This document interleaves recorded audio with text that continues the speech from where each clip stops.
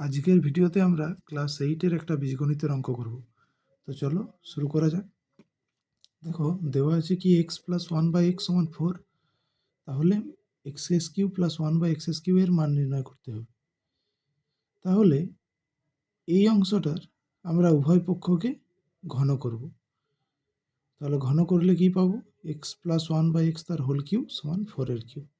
এরপর দেখো এইটা a প্লাস b এর হোল কিউবের সূত্র বসাবো। এইটাকে a ভাববো, এইটাকে b।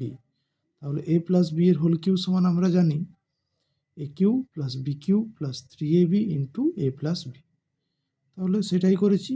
দেখো x³ plus 1/x³ plus 3 into x into 1/x into x plus 1/x equal to 4 এর কিউব। তাহলে দেখো এক্স এক্স কেটে যাচ্ছে, আর এক্স প্লাস 1/x সমান 4 দেওয়া আছে, সেটা বসিয়েছি।